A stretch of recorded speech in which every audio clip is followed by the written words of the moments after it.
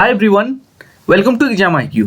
Exam IQ की इस video में देखते हैं जेएसएससी प्रीवियस ईयर सवाल। तो जेएसएससी प्रीवियस ईयर सवाल के अंतर्गत आज के वीडियो में देखेंगे झारखंड दारोगा सेट 10 में विज्ञान सेक्शन से पूछे गए सवाल जो जेएसएससी सीजीएल और जेएसएससी के अन्य एग्जाम के लिए महत्वपूर्ण है। तो चलिए शुरू करते हैं सेट 10 विज्ञान। तो इस सेट का पहला सवाल देखते हैं।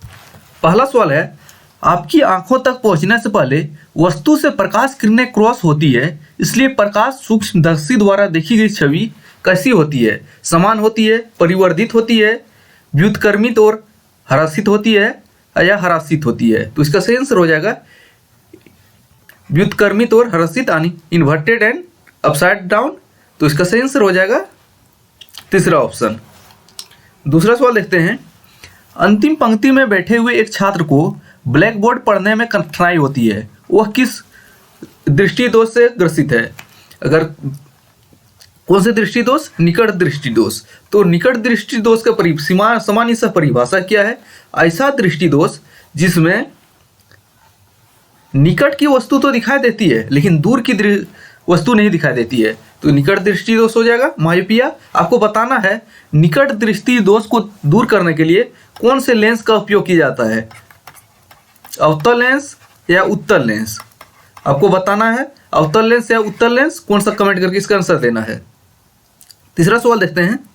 एक अंतरिक्ष यात्री को आकाश नीले रंग की बजाय काला दिखाई देता है, कारण क्या है? एक अंतरिक्ष यात्री को आकाश जो है नीला दिखाई देता है लेकिन नीला की बजाय इसको काला दिखाई देता है, क्यों?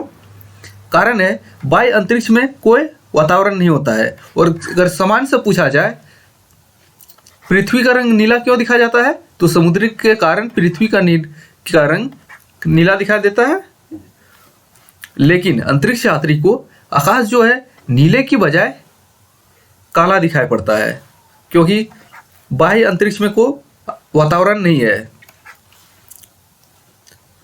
दूसरा ऑप्शन सही हो जाएगा। चौथा सवाल देखते हैं। बैटरी, सेल, शक्ति आपूर्ति आदि संवाहक के चारों ओर डैश को बनाए रखने में सहायता करती है। क्या को बनाए में रखने में सहायता करती है? विभवांतर, पोटेंशियल डिफरेंस को बनाए रखने में सहायता करती है।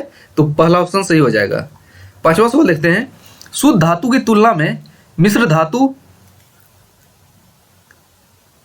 धातु की क्या अधिक है? तो शुद्ध धातु की तुलना में मिश्र धातु की क्या अधिक है? चालकता, प्रतिरोधकता, संगतता, वितरण। तो प्रतिरोधकता अधिक है, रेसिस्टिविटी। तो इसका सही आंसर हो जाएगा दूसरा। छठा सवाल देखते हैं। आंख का डैश आंख से वस्तु की वह न्यूनतम दूरी है जिसे बिना तनाव से स्पष्ट रूप से देखा जा सकता है। तो इसको क्या बोला जाता है? निकट बिंदु। और मास से एक सामान्य आंख की निकट बिंदु कितनी है? 25 सेंटीमीटर। यह भी महत्वपूर्ण है। न्यूनतम निकट बिंदु कितनी है? 25 सेंटीमीटर सामान्य मानव की। अगला है, सिरके का उपयोग अचार में होता है, क्योंकि कारण क्या है? इसका कारण है यह सूक्ष्म जीवों को बढ़ने से रोकता है। तो सूक्ष्म जीवों को बढ़ने से रोकता है, तो इसका सही आंसर हो जाएगा तीसरा ऑप्शन। आठवां सवाल देखते हैं। कौन एक निष्क्रिय गैस है?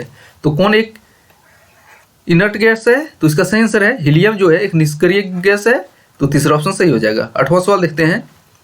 आधुनिक आवर्त नियम कहते हैं कि तत्वों के रासायनिक और भौतिक गुण उनके डैश के आवर्ती फलन होते हैं।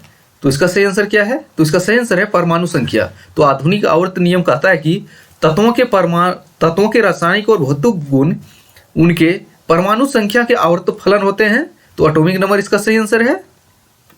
तीसरा 10वां सवाल क्या है? धातु खींचकर उससे पतली तार बनाने के गुणधर्म को क्या कहा जाता है? तो धातु से खींचकर उससे पतली तार बनाने के गुणधर्म को क्या कहा जाता है? तो उसके गुणधर्म को तन्यता कहा जाता है। तो सही आंसर हो जाएगा तन्यता।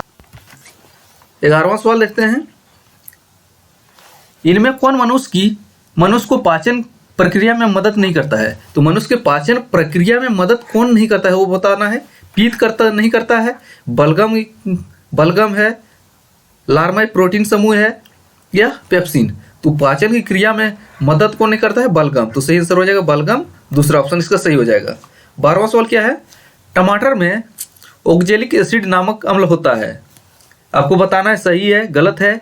टमाटर में अम्ल नहीं हो सकता, टमाटर में केवल तब अम्ल होता है जब वो विघटित होता है। तो इसका सही आंसर हो जाएगा टमाटर में ऑक्जेलिक एसिड होता है। तो यह कथन बिल्कुल सही है। तो पहला ऑप्शन इसका सही हो जाएगा ट्रू। अब 12वां सवाल की ओर देखते हैं। धमनियों से संबंधित वर्ग पूछा गया है। तो धमनी जो पढ़े हैं सिरा और धमनी, इसमें धमनी से पूछा गया है। तो धमनी का कार्य क्या है? तो ऑक्सीजन युक्त रक्त को दिल से शरीर के अन्य भागों में ले जाती है। तो धमनी का मुख्य काम क्या है? धमनी ऑक्सीजन युक्त रक्त को दिल से शरीर के अन्य भागों तक पहुंचाती है। तो इसका सही आंसर है पहला ऑप्शन। 14वां सवाल क्या है? किसी इलेक्ट्रिक सर्किट में प्रत्यक्ष शक्ति के लिए प्रयुक्त होने वाली इकाई क्या है? तो किसी इलेक्ट्रिक सर्किट में प्रत्यक्ष रूप से शक्ति के लिए प्रयुक्त होने वाली इकाई क्या है? Volt ampere. तो वोल्ट एम्पियर सही आंसर हो जाएगा इसका ऑप्शन नंबर दूसरा। 15वां सवाल क्या है? 15वां आपका है आधुनिक आवर्त सारणी के अनुसार प्रत्येक आवर्त में बाईं से दाईं ओर गुणधर्म पूछा गया है। तो आधुनिक आवर्त सारणी के अनुसार प्रत्येक आवर्त में बाईं से दाईं ओर धात्विक प्रकृति घटती है और आधात्विक प्रकृति घटती है। धात्विक घटेगा और अधात्विक भी घटेगा। तो इसका सही आंसर कौन सा हो जाएगा? दूसरा ऑप्शन इसका सही हो जाएगा। 16वां सवाल देखते हैं। पेट से भोजन के निकास को किसके द्वारा नियंत्रित किया जाता है जो इसे छोटी मात्रा में छोटी आंत में भेजता है? तो पेट से भोजन के निकास को किसके द्वारा नियंत्रित किया जाता है? स्फिंक्टर मांसपेशी के द्वारा। तो स्फिंक्टर मांसपेशी हो जाएगा। चौथा ऑप्शन इसका सही हो जाएगा। अगला देखते हैं। एक ही प्रजाति के व्यक्तियों की शारीरिक बनावट अलग अलग होती है, जिसका कारण क्या है? एक ही व्यक्ति के प्रजाति के व्यक्तियों की शारीरिक बनावट अलग अलग होती है, इसका रीजन पूछा गया है। इसका रीजन होता है फेनोटाइप। तो इसका सही आंसर हो जाएगा फेनोटाइप। दूसरा ऑप्शन इसका सही हो जाएगा। अगर अगला 18वां सवाल की बात करें, 18वां क्या है?